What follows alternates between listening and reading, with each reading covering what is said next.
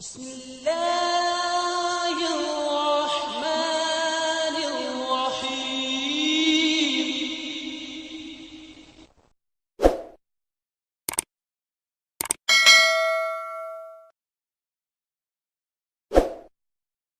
ہمارے پاس text messages اور e mails کے ذریعے بھی سوالات آتے ہیں تو ان کو بھی ہم موقع دیتے ہیں۔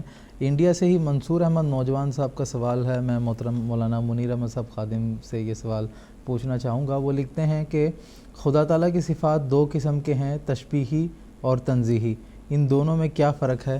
یہ ان کا سوال ہے تو میں آپ سے جواب دینا چاہوں گا۔ تشبیہی صفات وہ ہوتی ہیں جن سے انسان بھی جن کی نقل کر سکتا ہے۔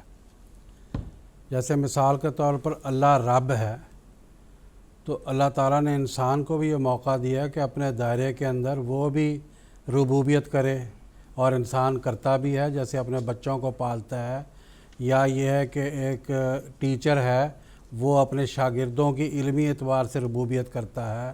اس اعلیٰ حاضر قیاس انسان کو اللہ تعالیٰ نے اسی طرح جو ہے وہ رحمان کی صفت ہے یا رحیم کی صفت ہے۔ جیسے رحمان کی صفت میں یہ ہے کہ بن مانگے اللہ تعالیٰ دیتا ہے، تو انسان کے اندر بھی یہ صلاحیت ہونی چاہیے کہ وہ محسوس کر لے کہ کون ایسا ہے کہ جس کو ضرورت ہے اور میں بغیر مانگے میں اس کو دوں، تو اگر وہ بغیر مانگے اس کو دیتا ہے تو وہ رحمانیت کی جو خدا تعالیٰ کی صفت ہے اس سے حصہ لیتا ہے، اس کا حصہ دار بنتا ہے۔ ایسا ہی رحیمیت ہے کہ رحیم کے معنی یہ ہے کہ اللہ تعالیٰ محنت کو ضائع نہیں کرتا۔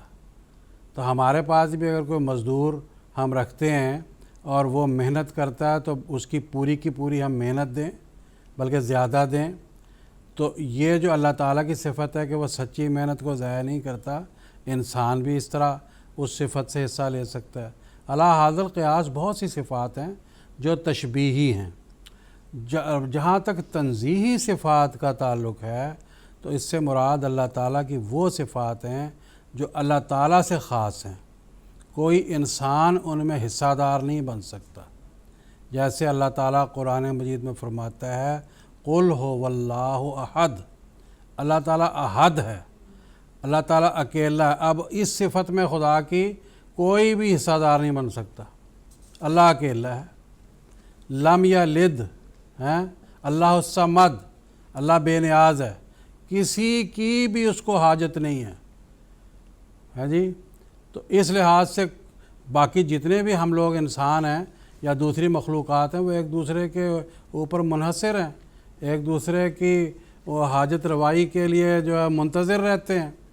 تو اسی طرح آگے فرماتا ہے لم یلد، وہ جنتا نہیں، وہ جنا نہیں گیا، تو یہ صفت اللہ تعالیٰ سے خاص ہے۔ باقی انسان تو جنتے بھی ہیں، جنے بھی گئے ہیں۔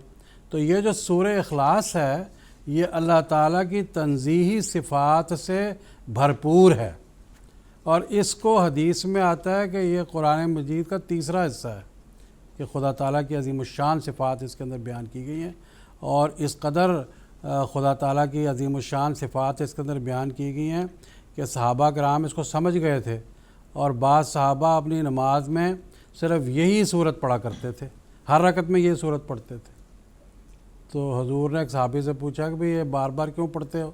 کہنے لگے بس اس سے مجھے پیار ہو گیا ہے، یہ خدا تعالیٰ کی وحدانیت اور خدا تعالیٰ کی یاد دلاتی ہے۔ تو تنزیہی صفات ایسی ہیں، خلاصہ کیا نکلا کہ جن خدائی صفات میں اس خدا کے علاوہ اور کوئی دوسرا شریک نہیں۔